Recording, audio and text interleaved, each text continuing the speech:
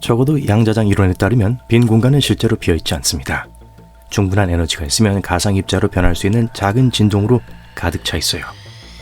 이러한 가상 입자는 광자라고 하는 낮은 에너지의 빛 패킷을 생성할 수 있습니다. 자, 모든 블랙홀에는 사건의 지평선이라는 것이 있습니다.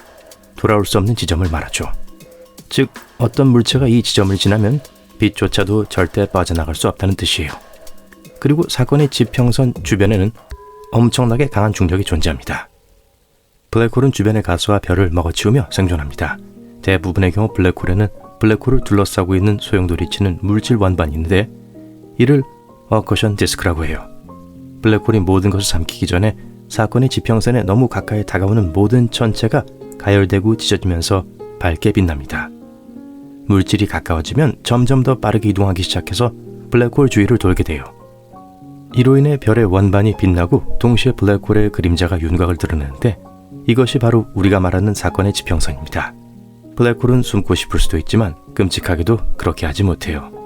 아인슈타인의 일반 상대성 이론에 따르면 중력은 공간과 시간을 구부리고 뒤틀리게 합니다.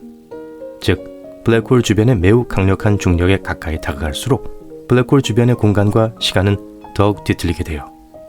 그리고 이 뒤틀린 공간에는 작은 입자와 장이 존재합니다. 극도로 뒤틀린 중력 때문에 이 입자와 장은 갑자기 광자를 생성하는 등 비정상적인 방식으로 행동하기 시작해요. 스티븐 호킹이 거의 50년 전인 1974년에 이야기한 게 바로 이러한 현상입니다. 또한 그는 이러한 입자들이 블랙홀을 탈출할 방법을 찾으면 블랙홀의 에너지를 훔칠 거라고도 했어요. 이 도둑들 때문에 블랙홀은 시간이 지남에 따라 에너지를 잃고 어느 순간 완전히 사라지게 되는 거예요. 그는 블랙홀이 열 에너지 또는 열의 형태로 에너지를 방출하는데 이를 호킹 복사라고 부른다고 제안했습니다. 그리고 이 복사는 어떤 정보도 전달하지 않습니다. 즉, 블랙홀이 증발할 때 블랙홀을 생성한 별에 대한 모든 정보가 파괴된다는 뜻입니다. 그래서 우리는 실제로 무슨 일이 일어나는지 알 수 없습니다. 양자역학의 법칙에 따르면 정보는 파괴될 수 없다고 하기 때문에 다소 혼란스러울 수 있습니다. 이러한 상충을 호킹 정보 역설이라고 불러요. 호킹에 따르면 이 모든 정보는 실제로 손실되는 게 아니라 블랙홀을 둘러싸고 있는 에너지가 영린 입자들의 구름에 저장돼 있다고 합니다. 그는 이를 부드러운 머리카락이라고 불렀어요. 그런데 이 역설을 해결할 수 있는 새로운 연구가 발표됐습니다.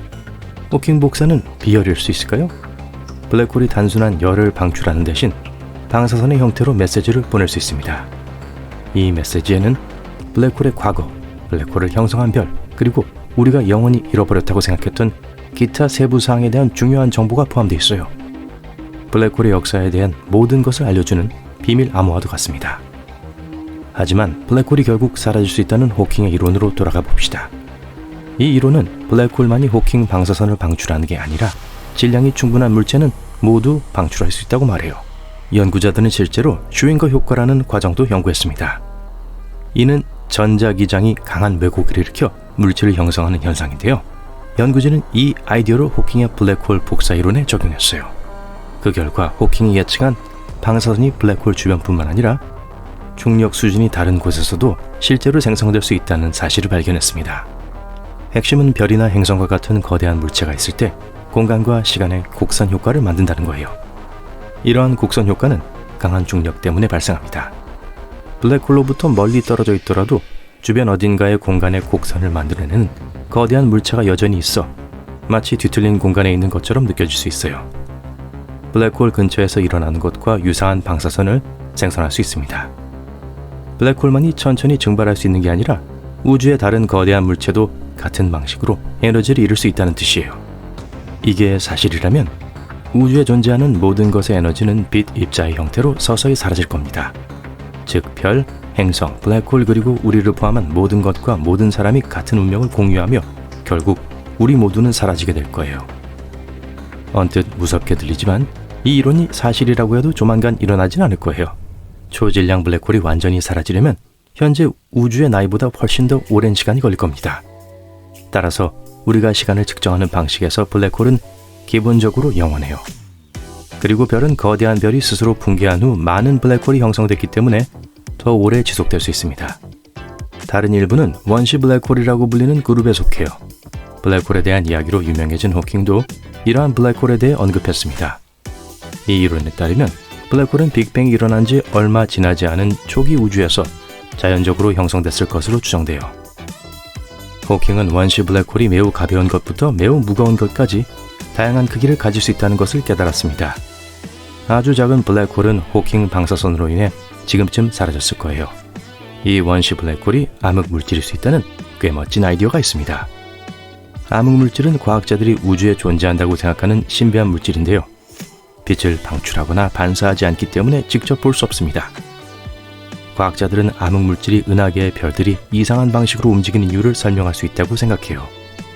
하지만 아직 블랙홀이 실제로 존재하는지 또는 실제로 암흑 물질로 구성되어 있는지를 확인할 수 있는 도구는 아직 없습니다. 호킹은 또한 우리 우주가 수많은 우주 중 하나에 불과하다는 생각을 탐구했어요. 이 개념을 다중우주라고 합니다. 일부 과학자들은 우리가 일상에서 상상할 수 있는 모든 상황이 다른 우주의 어딘가에서 일어나고 있을 수 있다고 믿어요. 호킹은 이에 동의하지 않았고 마지막 논문에서 다중우주를 무한한 것이 아니라 유한한 것으로 만드는 새로운 수학적 틀을 제안했습니다. 즉, 우주는 무한한 개수가 아니라 한정된 개수가 존재한다는 거예요. 테스트하고 증명하긴 어렵지만 적어도 그는 우리에게 생각할 거리를 남겼습니다. 믿거나 말거나 물리학 법칙에 따르면 시간여행은 그렇게 불가능한 일이 아니에요. 과학자들은 우리가 시간을 거슬러 올라갈 수 있는 닫힌 시간골 곡선이라는 게 있을 수 있다는 방정식을 가지고 있습니다. 인생에서 가장 부끄러웠던 순간으로 돌아간다고 상상해보세요. 어떤 일이 일어날지 알면 피할 수 있을 거예요. 하지만 까다로운 부분이 있습니다. 시간을 거슬러 올라가면 몇 가지 큰 문제가 발생할 수 있어요. 말이 되지 않는 일이 벌어지는 상황이 발생할 수 있습니다. 길을 걷다가 어린 시절의 자신 또는 나이 든 자신을 만난다든가 이미 일어난 일을 실수로 바꾼다고 상상해보세요. 호킹도 이 부분에 대해 이야기하고 있었는데 이 모든 것이 호킹이 시간여행에 대해 우려하게 된 이유입니다. 그는 연대기 보호 추측이라는 가설을 세웠어요. 시간여행이 일어나지 않도록 하는 자연의 법칙이 있을지도 모른다고 생각한 건데 시간여행이 일어나면 현재에 살지 않고 과거로 돌아가서 잘못된 결정을 고치는 이상하고 혼란스러운 상황이 생길 수 있기 때문입니다. 이러한 혼란을 일으키지 않는 시간여행을 발견하기 전까진 우리에게 남은 건 인생의 교훈과 실수로부터 배우는 것뿐일 거예요. 호킹은 말년에 인류의 미래에 대해 이야기했지만 그가 완전히 진지했는지는 아직 알 수 없습니다. 그는 힉스 입자라는 특수 입자를 언급했는데 이 입자가 큰 거품을 일으켜 우주를 집어삼키고 결국에는 우주를 파괴할 수 있다고 말했어요. 그는 또한 다른 행성의 존재가 지구에 와서 우리를 정복한다든가 로봇이 세상을 정복할 만큼 똑똑해진다든가 하는 것들도 언급했습니다. 그의 아이디어 중 일부는 사실로 밝혀졌고 다른 아이디어도 마찬가지일지는 시간이 지나면 알 수 있을 거예요.